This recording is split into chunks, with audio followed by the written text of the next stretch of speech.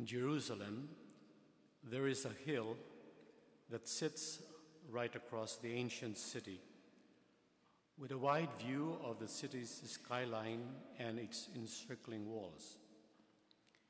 Nowadays, that view is dominated by the golden dome of the mosque at the place where the old Temple of Jerusalem stood.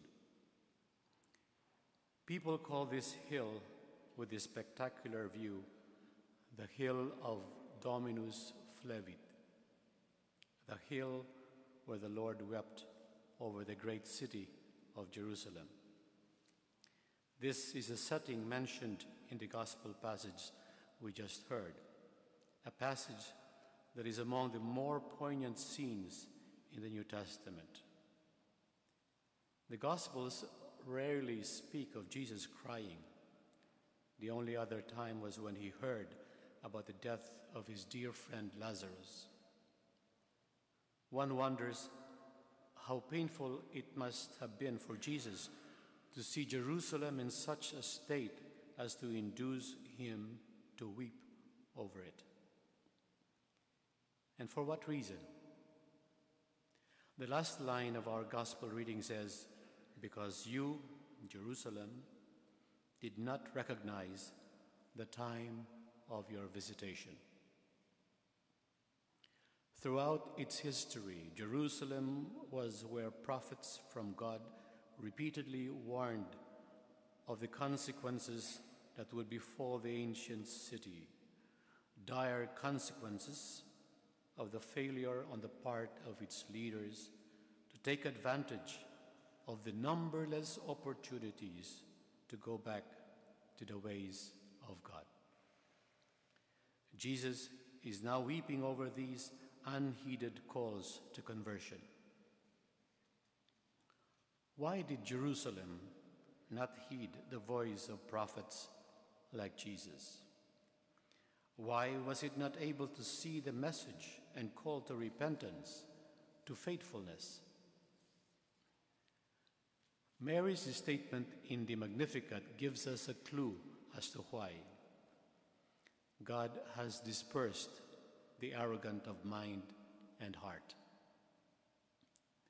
Jerusalem, as a city of the high priests and the Pharisees, who were the religious leaders during the time of Jesus, has become so convinced of its self-importance that it felt it did not need prophets to remind it of its erring ways. Jerusalem's leaders were so sure they were on the right path that persons like John the Baptist were considered simply as a nuisance fit to be disposed of. They were so convinced that as teachers of the law, they have the last word on everything, from the Mosaic law, the temple traditions, to the last detail of their application, the length of tassels and the decorations on their prayer shawls included.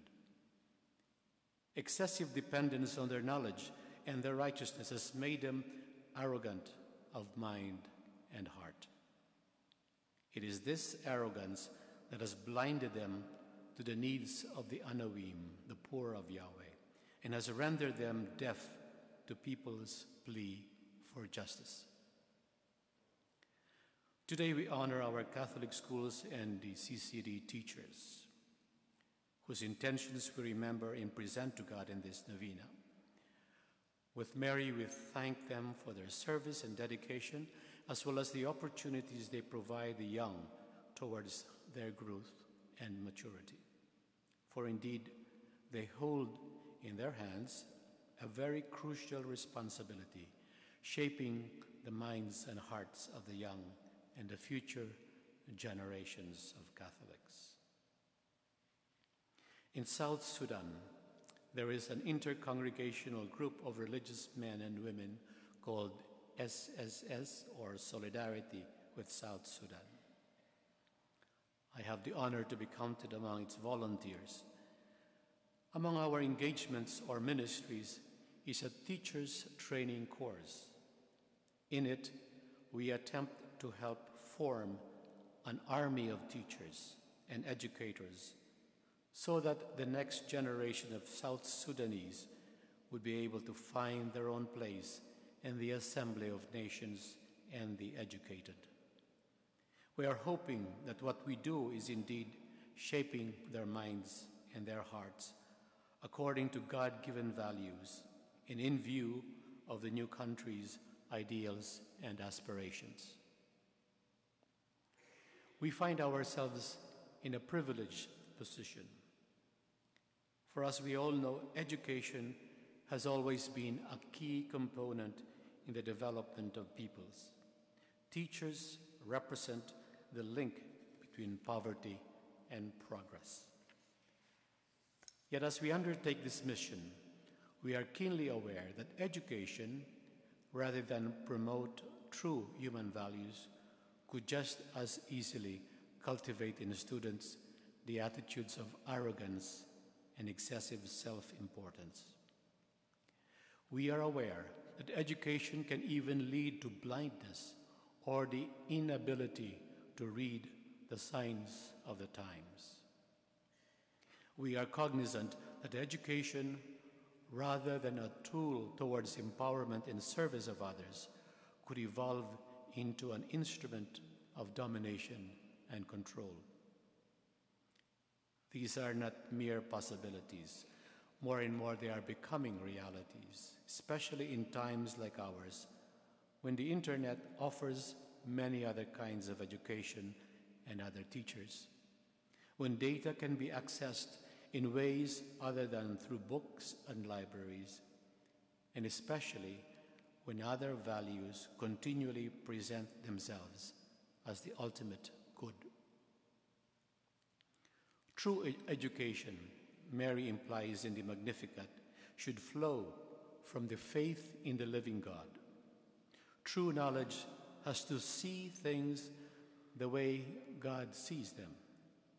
In God's view is never a limited one.